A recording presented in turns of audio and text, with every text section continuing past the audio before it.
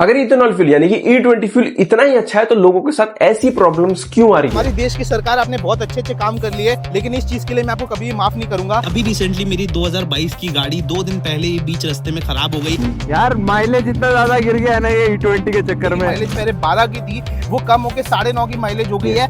यहाँ तक कि E20 फ्यूल से अगर आपकी गाड़ी का इंजन सीज हो जाता है या फिर कोई खराबी आ जाती है जिसके कारण आपको इंश्योरेंस क्लेम लेना पड़ता है, तो इंश्योरेंस कंपनी आपका क्लेम को रिजेक्ट कर सकती है ये बोलकर कि इसके अंदर इथेनॉल फ्यूल डाला गया है। इस बात को उन्होंने ऑफिशियली ट्वीट भी कर दिया है। आखिर पेट्रोल के अंदर इथेनॉल क्यों मिलाया जा रहा है, इसमें किसका फायदा है और गवर्नमेंट आखिर इथेनॉल को क्यों ब्लेंड कर रही है पेट्रोल के साथ, इसमें आम जनता का क्या फायदा है, गवर्नमेंट का क्या फायदा है, फार्मर्स का क्या फायदा है और आप अपनी गाड़ी को E20 फ्यूल से कैसे बचा सकते हैं और क्या क्या प्रॉब्लम हम फेस कर रहे हैं, इस वीडियो में हम डिटेल में बात करेंगे। पर उससे पहले हम जान लेते हैं कि आखिर इथेनॉल होता क्या है। इथेनॉल एक तरह का अल्कोहल है जो सुगर कैन, मक्का या राई जैसी क्रॉप से बनता है। सरल शब्दों में ये वही चीज है जो शराब में भी होती है, बस इसका इस्तेमाल फ्यूल के रूप में किया जा रहा है। जब पेट्रोल में इथेनॉल मिलाया जाता है तो उसको ब्लेंडेड फ्यूल कहते हैं। E10 मतलब 10% इथेनॉल है, 90% पेट्रोल है। E20 मतलब 20% इथेनॉल है, 80% पेट्रोल है। और अब गवर्नमेंट चाहती है कि इसको E27 किया जाए, यानी कि 27% इथेनॉल और बाकी पेट्रोल। भारत सरकार का टारगेट पहले था कि 2023 तक सिर्फ E20 को ब्लेंड किया जाए, लेकिन इसको रोल आउट कर दिया गया 2025 में ही, 5 साल पहले, जिसके लिए ना तो कार मैन्युफैक्चर तैयार थे, ना कंज्यूमर तैयार था, ना कोई तैयार था, पर इसको हड़बड़ी में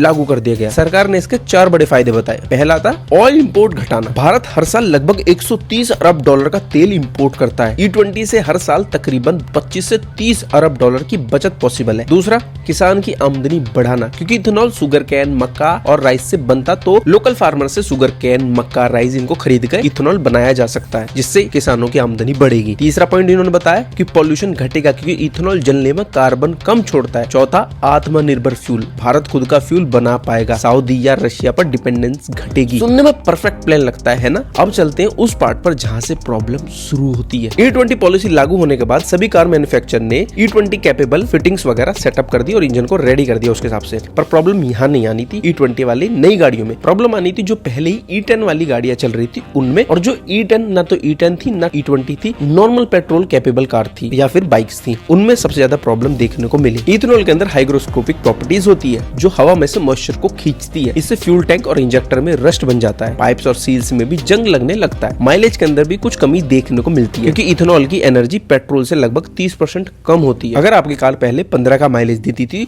तो E20 में वही कार 14.1 की माइलेज देगी। पेट्रोल की कैलोरीफिक वैल्यू 46 मेगाजूल लीटर होती है, जबकि इथेनॉल की 29.7 मेगाजूल लीटर होती है, यानी कि ब्लेंडिंग से एफिशिएंसी कम होगी। कोल्ड एरियाज में स्टार्टिंग की प्रॉब्लम होगी, रबर पार्ट फूल जाएंगे, लीकेज की भी प्रॉब्लम देखने को मिलेगी। और कुछ यूजर का कहना है उनकी चेक इंजन लाइट भी आने लग गई है, यानी कि इको फ्रेंडली फ्यूल है लेकिन मैकेनिकली अनफ्रेंडली साबित होता है। अब इन सब से कैसे बचना है उसके बारे में आगे बात करेंगे। अब यहाँ पर एक हिडन प्रॉब्लम है, यानी कि इंश्योरेंस। कई कंपनियां क्लेम रिजेक्ट कर रही है अगर engine damage E20 blending fuel से हुआ है तो, और अगर व्हीकल कैपेबल नहीं था। पर गवर्नमेंट कहती है पॉलिसी वॉइड नहीं होगी, पर फिर भी सेफ रहना है तो फ्यूल इनवॉइस और सर्विस प्रूफ हमेशा रखो ताकि इंश्योरेंस क्लेम रिजेक्ट ना हो पाए। अब आपके दिमाग में एक क्वेश्चन जरूर आएगा कि यार जब कंज्यूमर इतनी प्रॉब्लम फेस उठा रहा है तो आखिर फायदा किसको हो रहा है? क्योंकि जिस देश से हमने इस चीज को अडॉप्ट किया है, ब्राजील से, वो आज से इस चीज पे काम नहीं कर रहा था, वो 40 साल से इस चीज पे काम कर रहा था। और आज के टाइम उनका इतना तकड़ा इकोसिस्टम हो चुका है कि अगर कंज्यूमर E10 फ्यूल डालना चाहता है अपनी कार में तो उसके पास E10 का ऑप्शन है। अगर वो E20 फ्यूल डालना चाहता है तो उसके पास E20 का ऑप्शन है। अगर वो 100% फ्यूल चाहता है, यानी कि 100% पेट्रोल चाहता है, तो उसके पास वो भी ऑप्शन अवेलेबल है, पर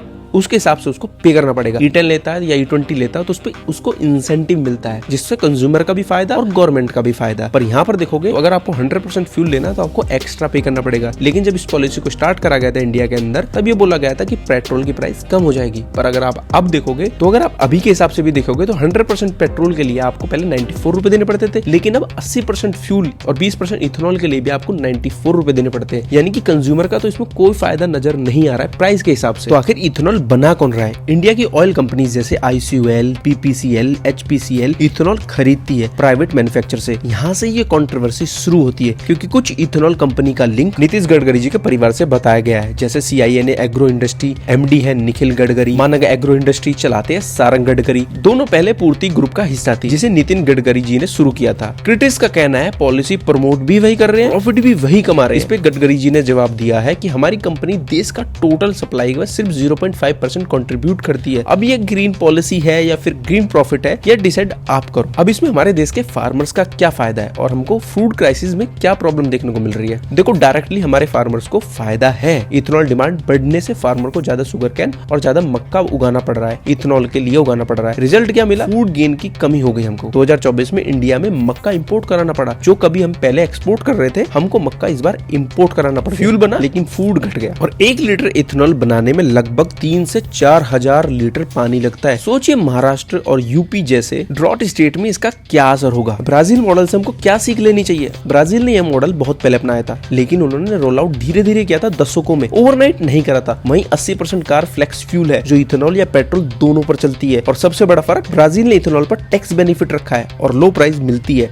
मतलब कंज्यूमर को चॉइस दी गई है, मजबूरी नहीं। तो भारत में क्या किया जा सकता है? रोल आउट ग्रेजुअल होना चाहिए। E10, E15, E20 ऑटोमेकर को 4 से 5 साल क्लियर नोटिस मिले। फ्यूल पंप पर ट्रांसपेरेंसी लेबल हो। E0, E10, E20 अलग अलग प्राइस पर हो। इथेनॉल सिर्फ फूड क्रॉप्स पे ही नहीं, एग्रो वेस्ट यानी कि 2G वेस्ट से भी बनाया जाए। इंश्योरेंस में क्लियर पॉलिसी आए। E20 damage cover clearly define हो। इथेनॉल काफी सेफ फ्यूल है अगर इसको पेट्रोल में अच्छी तरीके से ब्लेंड करा जाए और इसके हिसाब से इंजनों को मॉडिफाई करा जाए, तो ये फ्यूचर में सक्सेस हो सकता है, जैसे ब्राजील में सक्सेसफुल है। तो E20 स्कैम नहीं है, लेकिन इसका जैसे इम्प्लीमेंट करा गया है जल्दबाजी में, वो नहीं होना था। गवर्नमेंट का मोटिव साफ था, पॉल्यूशन घटाना है, इंपोर्ट बिल कम करना है, किसानों की आमदनी बढ़ाना है। पर सवाल यही, फायदा देश को हुआ या कुछ कंपनियों को? अगर गवर्नमेंट और ऑटोमोबाइल इंडस्ट्री साथ में रिसर्च करे, टेस्टिंग और ट्रांसपेरेंसी लाए, तो E20 सच में मास्टर स्ट्रोक बन सकता है इंडिया के अंदर। वरना ये लोगों के लिए बस एक कॉस्टली एक्सपेरिमेंट बनकर रह जाएगा। अब आप बताओ, E20 आपके हिसाब से मास्टर स्ट्रोक है या स्कैम है? अब बात कर लेते हैं कि आप इथेनॉल की प्रॉब्लम से कैसे बच सकते हैं। अगर आपकी कार या बाइक E20 कैपेबल नहीं है, तो ओनर मैनुअल में चेक करो कि E20 फ्यूल कैपेबल लिखा है या नहीं। लॉन्ग पार्किंग से पहले फ्यूल टैंक फुल रखे, मॉइस्चर कम होगा। रेगुलर फ्यूल फिल्टर और स्पार्क प्लग साफ कराएं। सर्टिफाइड पंप से ही फ्यूल भराएं। एडिटिव और प्रीमियम फ्यूल यूज करने से इथेनॉल का असर कम होता है। तो ये थी कुछ आज की वीडियो हमारी। आपकी क्या राय E20 फ्यूल के बारे में कमेंट बॉक्स में जरूर बताओ। वीडियो अच्छी लगी तो लाइक और सब्सक्राइब करना मत भूलना। बाकी मिलते हैं नेक्स्ट वीडियो के अंदर।